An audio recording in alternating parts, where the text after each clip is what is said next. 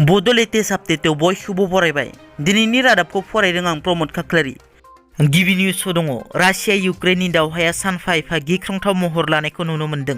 इउक्रेननि नोगोरारिफोरा गावनि हादरखौ खैफोदाव नुनानै इउक्रेन नोगोरारिफोरनि गोसोआव गिखांनाय सोमजिदों, जायनि थाखाय माखासे नोगोरारिफोरा हादरखौ गारनानै गुबुन हादर फारसे थांगासिनो। रासियाया गाग्लोबनायनि उनाव दासिमाव गासै सा 1,20,000निबो बांसिन इउक्रेननि नोगोरारिफोरा हादरखौ गारनानै गुबुन हादराव थाहैबाय होनना UN रिफुजि एजेन्सिया फोरमायदों। फ्राय सा 1,20,000निबो बांसिन इउक्रेननि सुबुंफोरा नसुंसे हादराव थाहैबाय होनना UN रिफुजिनि डिपुटि हाई कमिशनार केली क्लेमेन्सआ फोरमायो। बिनि गेजेराव बांसिनानो पलेन्ड, र'मानिया, स्ल'भाकिया, हांगारी, मालद'भा बायदि हादर फारसे थाहैगासिनो होनना केली क्लेमेन्स बिथाङा फोरमायो। थांनाय 15 खालार खालि क'क्राझार जिल्ला उल्थापानि ओनसोलनि गोजोनस्रि गामिनि माखासे सुबुंफोरा मोसौ बायनानै लाबोनाय समाव हाग्रा बिफाननि मावथिफोरा 7 बर'फोरखौ गाज्रियै गाग्लोबनाय आरो सासे बर' आइजोनि दख'ना खोनो नाजानायखौ गामिनि रायजो राजाफोरा दुखु फोरमायदों। बे जाथायनि सायाव गोजोनस्रि गामिनि रायजो राजाफोरा सावरायदों। रायजो राजाफोरा दायनिगिरिखौ हमनानै साजा होनो दाबि दैखाङो। बे जाथायखौ मिथिनानै बिटिआरनि हाग्रा बिफाननि मावफुं सोद्रोमा रन्जित बसुमतारिया दायनिगिरिनि हेंथायै केस होनो नागिरनायखौ बादा होयो आरो गाग्लोबजानाय सुबुंफोरखौ लोगो हमहैनो खोथा होनायनि उनावबो मावफुंयियाव रायजो राजाफोरा दुखु मोननाय फोरमायो।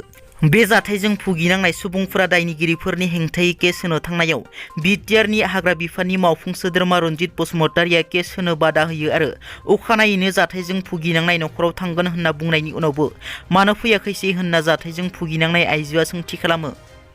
बर' सावथुन नायनो मोजां मोनगिरिफोरनि थाखाय मोनसे मोजां खौरां।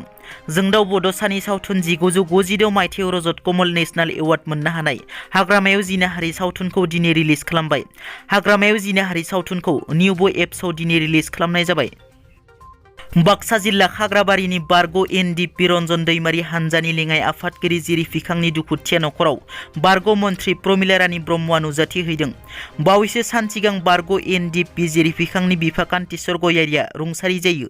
नाथाय जिरि फिखांआ गोबां नाजासेयावबो गावनि बिफानि जोबथा बिदायखौ होफैनो हायाखैसै। बे जाथायखौ खौरां मोननानै बारग' मन्थ्रि प्रमिला रानी ब्रह्मआ दुखुथिया नखराव थांनानै खौरां लाहैदों।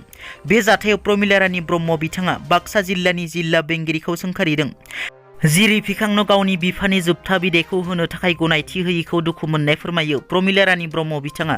लोगोसे प्रमद बर'नि हेंथायै बेरफुसार बिबुंथि लाखिनानै बिथाङा बुङो दि प्रमद बर'आ हारिनि सासे खलनायक।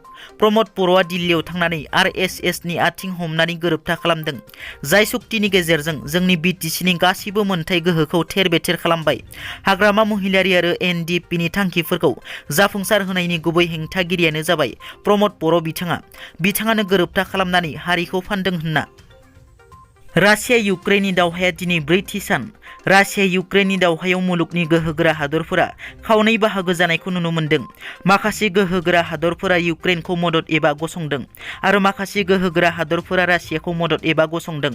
मैया मुलुगनि गोहोगोरा हादर जार्मानिया इउक्रेननि खैफोदखौ नुनानै गासै 1000 एन्टि टेंक हाथियार आरो 500 अख्रांनि जाहाज फोजोबस्रांग्रा स्टिन्जार मिसाइलफोरखौ इउक्रेन फारसे दैथायहरनो फोसावो। दिनैनि रादाबा एसेनोसै। नोंथांमोना जुदि आंनि चेनेलखौ दासिमबो साबस्क्राइब खालामाखै, अन्नानै साबस्क्राइब खालाम। गोजोन्थों।